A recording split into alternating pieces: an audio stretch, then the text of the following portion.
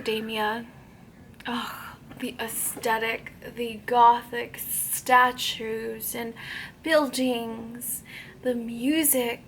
It's all so stunning, and it's something that I've always just loved as soon as it became a thing. But you know what I haven't tried? Dark Academia books. And I love reading. I love Dark Academia aesthetics. So why wouldn't I like the books? Right? So today, we are going to be trying Dark Academia for the very first time to see if I am that Dark Academia girly. Let's go ahead and get started.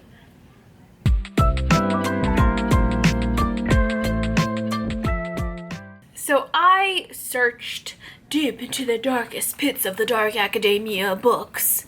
And the 3 books that I found recommended the most when it comes to the Dark Academia genre are If We Were Villains by M.L. Rio, Ninth House by Leah Bardugo, and last but certainly not least, Babel by R.F. Kuang. These are the 3 staple Dark Academia books. So I was like, okay, I'm gonna give this a shot and I'm gonna see if I could be that Dark Academia girly that I so desperately want to be. So in this vlog, we're going to be reading these 3 books, and I'm going to be giving you guys my honest thoughts to all 3 of these. And then at the very end, we're going to come back and I'm going to tell you, am I the Dark Academia girly? We shall see. Starting off with If We Were Villains by M.L. Rio. All I know is that this book is about, when I went into this, all I knew was that it was about these people that were drama students, and I think it involved some sort of murder and a mystery, and that's all I knew. It takes place at a prestigious college, if I'm not mistaken, and that's all I know about this one. So let's get started, but I will be giving you guys updates about the synopsis and everything like that along the way without spoiling anything. So let's get started with this book. Alright, so this is my first impressions on If We Were Villains by M.L. Rio. So I am currently listening to the audiobook, and I am 48 pages in. I'm on scene 11, which is basically chapter 11. I think the chapters are really strange. They just start mid-chapter, which kind of reminds me, I guess, of a play, a screenwriting and all that. So far we are following, first we start off with in the future, this main person is in his 50s or something like that. And then we go back in time to when they were in college in the 90s, and it basically, they are in theater together. It's a whole bunch of not kids, but young adults that are in college together, and they are basically in theater together, and they become very close because typically the theater ends up picking the same cast over and over again, out of either sheer dumb luck or just pure talent. And that is what's happening to these characters. And so right now we're seeing them go through their lines, and they each have their own very unique personality. We have Meredith, who is always casted as a femme fatale just because she's just downright gorgeous. We have our main character, who is just kind of the oddball. I believe his name's Oliver. And then we have Richard, who is the super handsome guy. So we have a group of characters, and right now we just see them going through their day-to-day life, and they just got this letter for this huge performance that they're hosting mid-year, because it's a tradition for Macbeth, and they basically get casted, and they can't say who got casted as what. You just memorize your lines and then show up to the roll call or whatever, to the actual play after your lines are memorized, and you just kind of get thrown into the whole mix. So far that's what's happening. My very first Dark Academia book, you guys, and I wanted to start it off with a bang, and I've heard that this one is great. So far, it's pretty interesting. Right now it's looking like a 3.5, but I know it does get intense. But so far, it is a pretty interesting storyline. Like, it is holding my interest. It's very slow paced. I feel like it's very character driven, but at the same time I'm still really enjoying it. So first impression right now 3.5, but obviously we are just at the beginning, so I'm pretty sure it's going to get a lot better. Hello, so I realized that I haven't given another update on If We Were Villains by ML Rio, so I'm just updating you because I am just about finished here, but I wanted to update you before the official ending because we don't know if it's going to be a cliffhanger ending. We don't know if the ending is going to make it even better or worse, so let me update you now what is going on. So the last, I was like 100 pages in or something like that, maybe a little bit less, maybe a little bit more, but I was talking about how we're following a group of actors and they basically always get casted in like these big roles. You have Meredith, who always plays like the femme fatale, you have Richard, who always plays the lead, and then you have our main character Oliver, who always plays kind of like a supporting role among a few other characters. So one of these characters, I'm not going to say who, ends up being a little too, starts to become very hostile and a little bit abusive. Not a little bit, he becomes very abusive. And he starts harassing everyone, including his significant other. And then one day they find him at the lake and he's like bleeding out and they're trying to decide what to do. And this guy has been horrible to them. So they're like, should we just leave him? And thus the tragedy ensues. And then we find out more and more bits and pieces to this story. And it's just, for my very first academia, dark academia book, this has been really great. Right now it's looking like a 4-star for me. Alright, so we are back with a final review on If We Were Villains by ML Rio. So I finally finished this last night. I have officially finished my first dark academia book ever, and I am excited and happy about that because this was actually a 4-star read for me. So I kind of told you guys what this book is about, but in case you guys didn't see it, or in case you want to know a little bit more further detail about what this book is about, this is basically about a group of college students that are in this theater program. And we have a few characters, our main character being Oliver, but there is also Meredith, there's Ren, there is James, there's Alexander, and then there's Richard, and then there's, what's the other one? Philippa. So you have this group of characters and they are basically always cast together in the cast.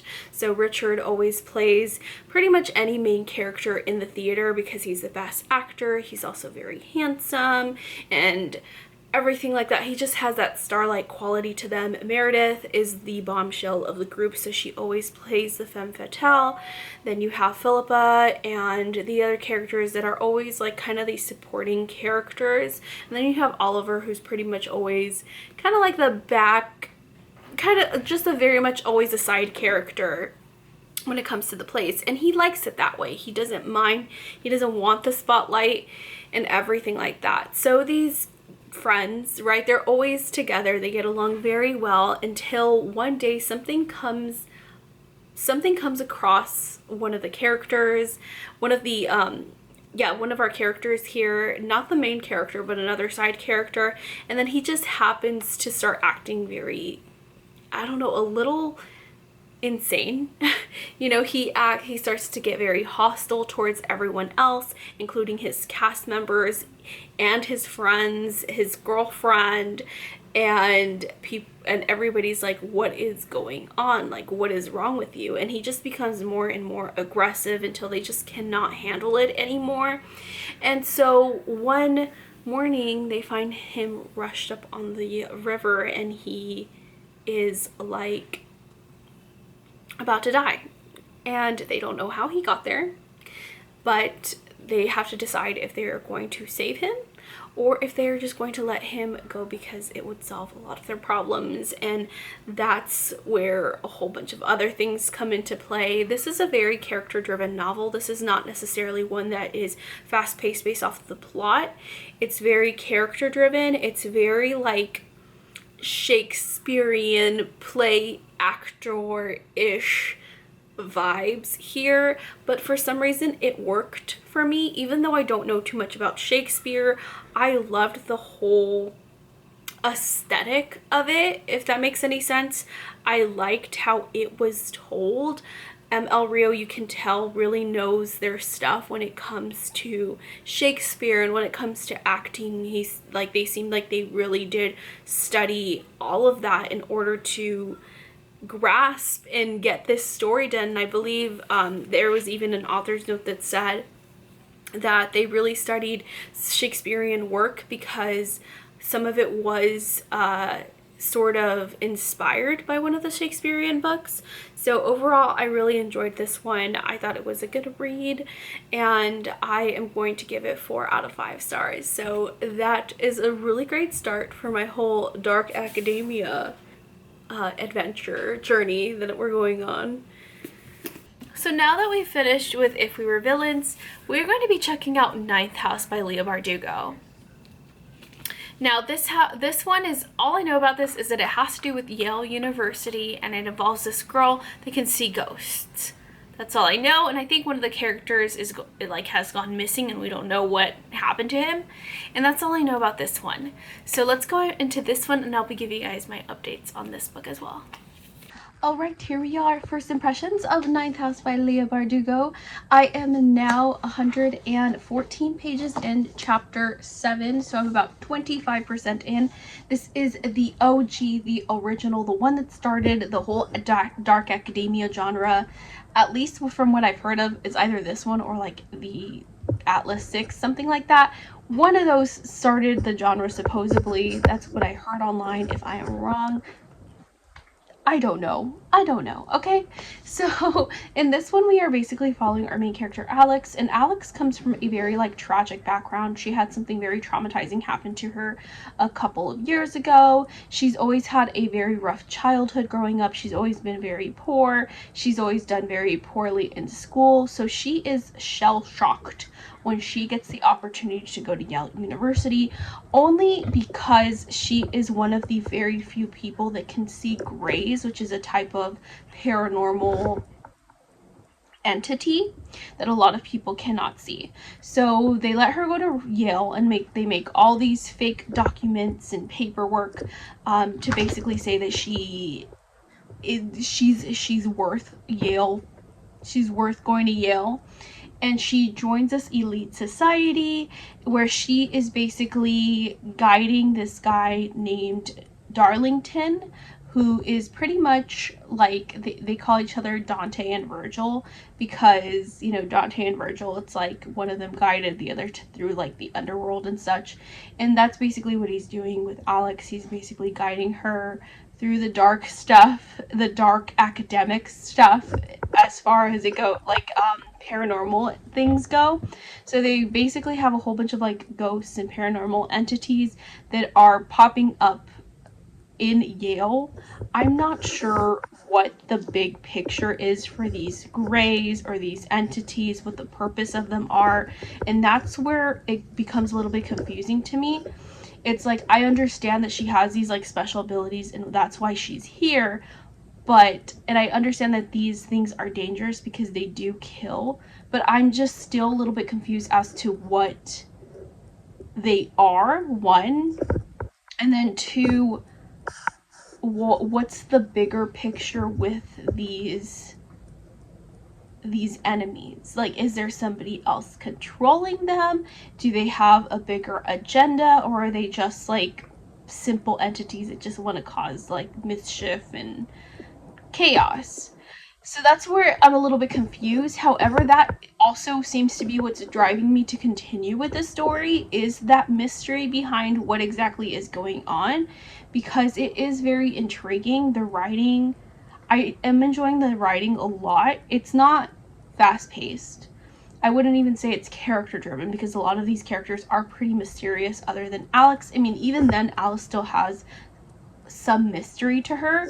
So I'm wondering what the driving force is behind me wanting to continue, and I think it's just how well it's written. The audiobook is great. there's various, like, it goes back and forth between a male and like female narrator, which I appreciate, which is easier to differentiate like Alex's point of view versus Darlington's point of view. I think it's Darlington, right? Or is it Darrington? I think it's Darlington. But now Darlington's missing and nobody knows where he's at. So there's that mystery aspect to it. So I am having a good time right now. It's looking like a 3.5 star for me. It's not something that's absolutely phenomenal, but I am enjoying it. So there's that. It definitely does have that dark academia, that same vibe that If We Were Villains had. So it even, like, even the colors, it seems like dark academia books just seem to like black, gray, and white covers, because that's what we got with If We Were Villains, that's what we're getting with this, and that's what we're getting with the other book, which is Babel. So I'm having a good time. Hello, so I'm here editing the Dark Academia video, and I realized that I apparently never did a final review for Ninth House by Leah Bardugo. So in total, I ended up giving this book 3 out of 5 stars. I mean, it wasn't terrible, but it wasn't enough for me to like really enjoy it. You know what I mean? Like, the story, the plot, we're following Alex, she goes through Yale, and I just feel like it wasn't a plot driven story, for one. I feel like it was a character driven story, or like mystery driven story, because the character, even though it I don't know if it was intentionally supposed to be a character-driven story, the character wasn't driving enough for me. You barely got to unravel this character. It took forever to really get to know Alex as a person, or Darlington as a person, and there's all these like mysteries and twists and turns, and I don't know if that was like what was supposed to grasp the audience, but I was not vibing with it. I don't know why. I've just been in such a slump lately for months now, and I don't know if that's what it is. I don't know, but I was not, like, it wasn't terrible, but it wasn't the greatest either. So I ended up giving this one a 3 out of 5 stars, and I think I'm going to give up on the series. I don't think I'm going to continue on. I do have Hellbent, but I don't think I'm gonna read it.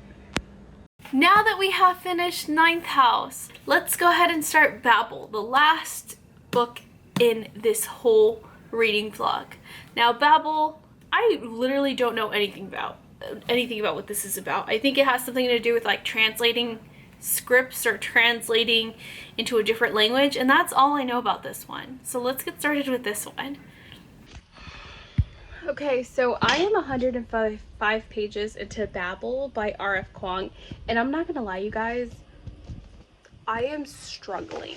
Like, I keep having to, like, I keep, like, going in and out of paying attention. Like, I'm just not being able to, like, fully immerse myself into this world at all. It's just, it's just not hitting. It's just not hitting with me. Like, I'm not enjoying this at all. I'm not having fun at all. I am not enjoying this at all.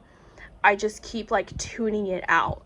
Even if I'm physically reading it and listening to it, I just can't do it. It's just so boring. And this one, we are following this guy, and he is basically like immigrating from, I want to say China. See, that's how much like I can't even, but so they changed his name to Robin, and then he's there like basically like transcripting from one language to another, all these like transcripts and like the Bible and all this stuff, and like nothing's really happening. And I'm 105 pages in, and I'm gonna be honest with you guys, I kind of want to DNF this. Yeah, I don't think I want to pull through with this. Like, it's just not happening. Yeah, I'm probably gonna have to DNF it. I can't do it. Okay, you guys, so we are back with my final review on these 3 books, right? So starting with If We Were Villains, this one I ended up rating 4 out of 5 stars, and this was probably my favorite in this whole vlog, and this was a really good start. I was like, okay, I think I'm gonna like Dark Academia. But then we got to Ninth House, and Ninth House was pretty slow paced. I didn't really find it too entertaining. It wasn't that fun for me. And I ended up rating it a 3 out of 5 stars. And then last but certainly not least was Babel. I really tried with this one. I got 100 and something pages in, and I just couldn't do it. And there's just so many books on my TBR that I'm like, I don't even want to like waste my time when I could be reading something that I'm actually really enjoying. So I actually ended up DNFing this one. So overall, does it seem like I'm a dark academia girly? At the moment, probably not. Probably not, because by the time I got into the third book, I was so sick of the genre already and I wanted to move on to something else. I'm probably just not smart enough to understand. It's just not my cup of tea. I don't know. I don't know. I still love the music though, and I still love the aesthetic. But I'm not a dark academia girly. That makes me so sad. I really want it to be. But did you notice a theme with these books? They all have like the black and the gray on the covers. But anyways, you guys, that is it for this reading vlog. I hope you guys enjoyed this reading vlog as much as I enjoyed making it. Thank you guys so much for watching, and I will see you in the next video. Bye!